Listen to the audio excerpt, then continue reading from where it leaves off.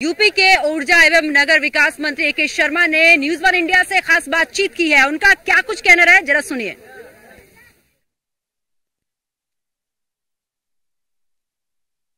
2024 का रण एकदम चरम पे है। अंतिम अब जो कहते हैं कि घाटी पूर्वांचल की तरफ चुनाव बढ़ चुका है। अंतिम चरण का चुनाव 1 तारीख को मतदान होता है। उसको लेकर लगातार जो भारतीय जनता पार्टी है उसकी पूरी टीम लगातार मैदान में। हमारे साथ बात करने की है मऊ से लोकल बॉय कहे जाने वाले उत्तर प्रदेश के ऊर्जा मंत्री और नगर विकास मंत्री ए.के. शर्मा जी। सर, अपने क्षेत्र में आके यहाँ पे और जिससे इस कैंपेनिंग आप लोग देख रहे हैं, कैसा देख रहे हैं इस बार के चुनाव को मऊ की दृष्टि से? पहली बात तो ये कि आपका हमारे निवास स्थान पे बहुत बहुत स्वागत है। मऊ और जिले का घोसी लोकसभा का चुनाव दिन प्रतिदिन हमारे सुभाषपा के जो प्रत्याशी अरविंद राजभर हैं, दिन प्रतिदिन उनकी जीत की मार्जिन बढ़ाने वाला हम लोगों का कैंपेन चल रहा है। उनकी जीत तो होना निश्चित है।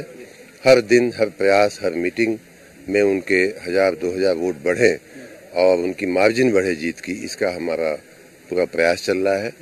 बाकी दोनों पार्टियां दूसरे और तीसरे नंबर पर आने के लिए आपस में संघर्ष कर रही हैं। एक अरविंद जी दूसरे अरविंद जी के लिए कैंपेनिंग कर रहे हैं लगातार। बिल्कुल मैं कर रहा हूं और मैं ये भी कहता हूं सबसे कि आप उस अरविंद को, अरविंद राजभर को दिया हुआ वोट अरविंद शर्मा को दिया हुआ वोट माना जाएगा। और दूसरा मैं ये भी कहता हूं कि वो बड़े युवा हैं, पढ़े लिखे हैं, ऊर्जावान हैं, अच्छे से काम करेंगे, अच्छा विकास की राह पर ले जाएंगे मऊ घोसी को। फिर भी अगर उस अरविंद से कुछ बाकी रह जाएगा तो ये अरविंद उसको पूरा करने के लिए बैठा हुआ है। ये भी मैं कहता हूँ। अभी आपके कोई पैतृक निवास पे आया हो तो मैं यहीं पे था आपसे मिलने के पहले, तो मुझे पता चला कि आपके जो पिताजी थे वो यहाँ पे बिजली लेके आए थे और आज आप वहाँ के बेटे होके ऊर्जा मंत्री हैं। कुछ चीजें आपने सोची होंगी, कई चीजें आपने सोची होंगी। आपने ये बात हमारे गाँव में सुनी और हमको याद कराई, उसके लिए बहुत बहुत धन्यवाद। ये बात सही है कि मैं शायद कक्षा 4 में या 5 में पढ़ता रहा हूँगा, तो सबसे पहला ट्यूबवेल हमारे गांव में लगा वो हमारे पिताजी ने अपने हमारे घर में लगवाया और उसी के चलते बिजली पहली बार हमारे गांव में प्रवेश की थी। आप वो ट्यूबवेल अभी भी है, चलता है थोड़ा। उसके बाद बाकी सारे ट्यूबवेल और बाद में लगे और जो घरों की बिजली है वो तो बहुत बाद में आई। और इस समय भी कई हमारे मजरे थे, पूरे राज्य में कई मजरे यहाँ भी थे, आसपास भी थे, जो बाकी रह गए थे विद्युतीकरण से, उनको किया जा रहा है।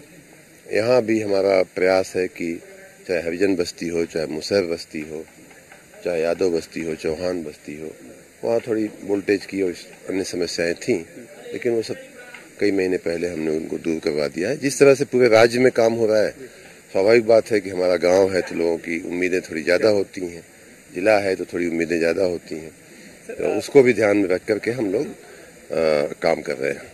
सर, क्योंकि देखा कि पूर्वांचल की स्थिति है और बहुत सालों से पूर्वांचल जब नाम आता था तो कहीं ना कहीं माफिया राज और इसको निगेटिव थॉट से लिया जाता था। विकास की दृष्टि से हमेशा से अछूता रहा है पूर्वांचल।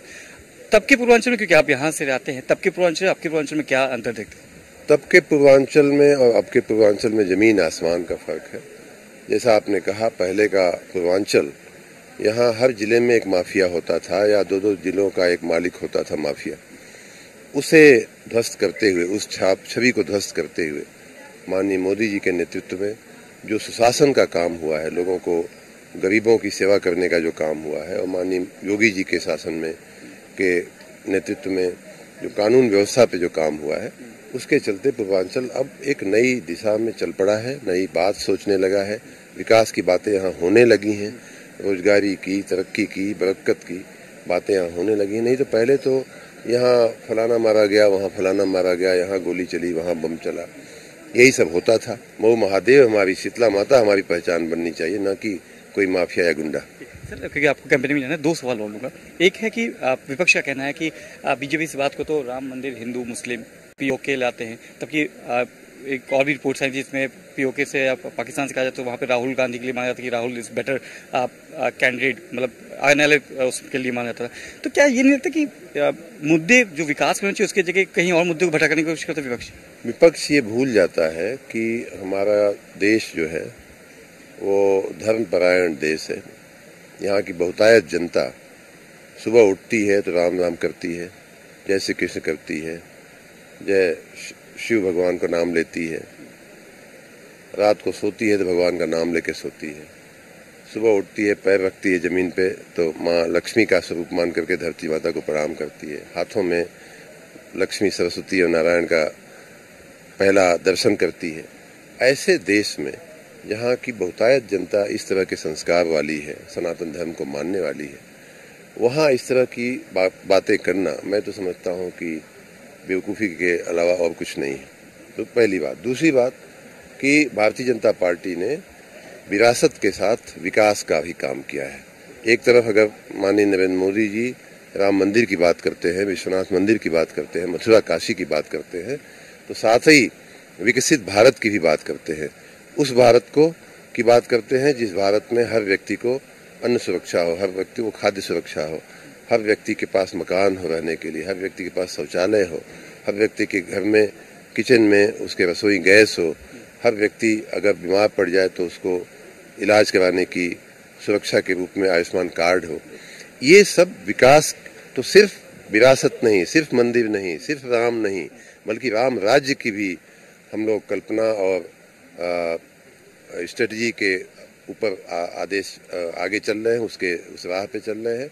विपक्ष को अभी ये बात समझ में आने में बहुत देर लगेगी और तब तक माननीय प्रधानमंत्री जी अभी 20-25 साल फिर से प्रधानमंत्री रहेंगे। धन्यवाद। तो ये थे मऊ के लोकल बॉय अरविंद कुमार शर्मा जी, और जो कि अरविंद राजभर के लिए वोट मांगे तो कहते हैं विकास की गारंटी, एक अरविंद काम नहीं कर पाएंगे तो दूसरा अरविंद काम करके देगा, और डबल इंजन सरकार में डबल अरविंद के साथ जुड़िए और मऊ का विकास करिए। विपक्ष मुद्दा विहीन है, विपक्ष पे अगर चुनाव लड़ा जाएगा तो देखा जाएगा किसकी जीत होगी। जनता सब जानती है, जनता से अपील है कि विकास के पथ के लिए वोट करें।